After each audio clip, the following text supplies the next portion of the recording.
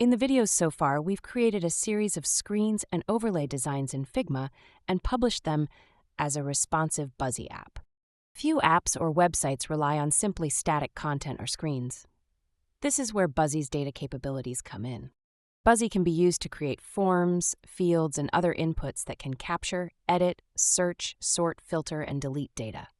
That data can be displayed in your Buzzy app in a variety of ways. To start with, let's look at capturing some data.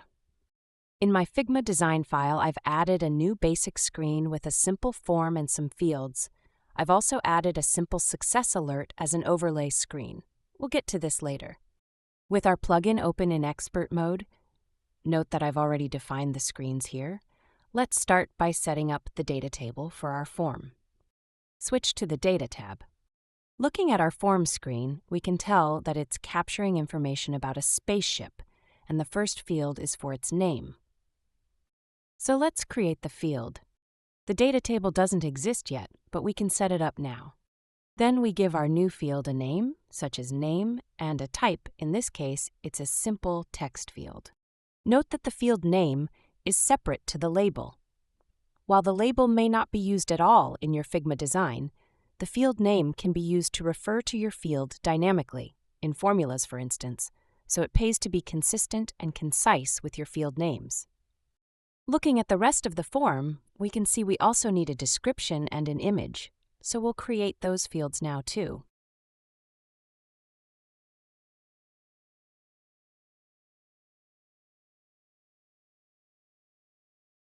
And that should be the first part of our app's data model ready to go. Now let's mark up our form. First, select the layer that wraps our form. We'll give this a Buzzy role of component of type form. The name defaults to our layer name, Add Spaceship. We need to point our form at the right data table. In this case, we select our spaceship's data table. The form can have multiple modes: read, edit, and capture. In this case, we're writing new data to the data table, so we'll make this capture. A note on layer names. Buzzy tends not to care how your layers are named, except in cases such as this, where it defaults to using the layer name when a unique component name is required. A handy tip as you manually mark up a Figma design with the Buzzy plugin is to leave yourself a trail by using a consistent naming structure as you go.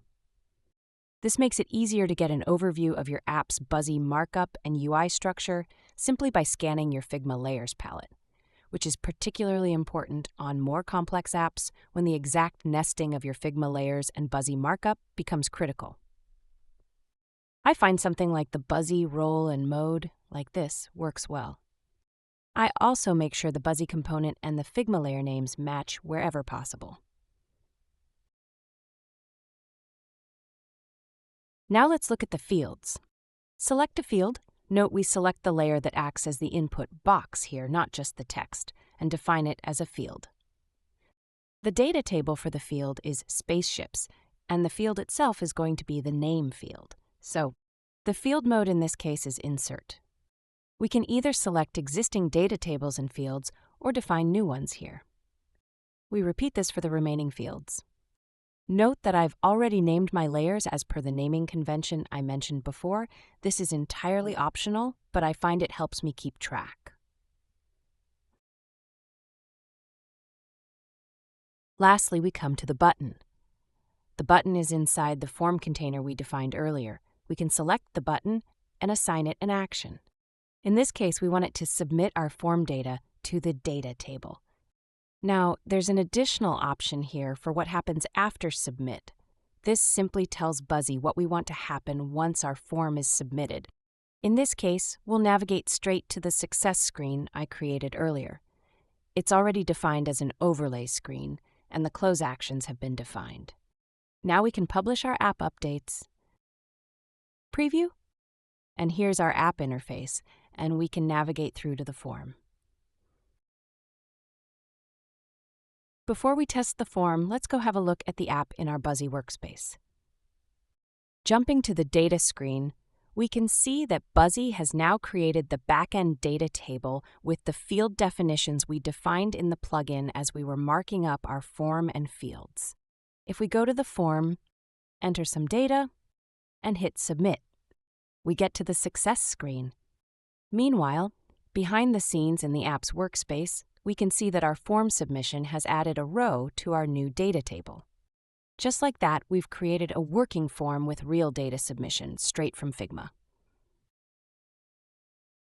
In our next video, we'll look at rendering this submitted data as dynamic menus and content in our app.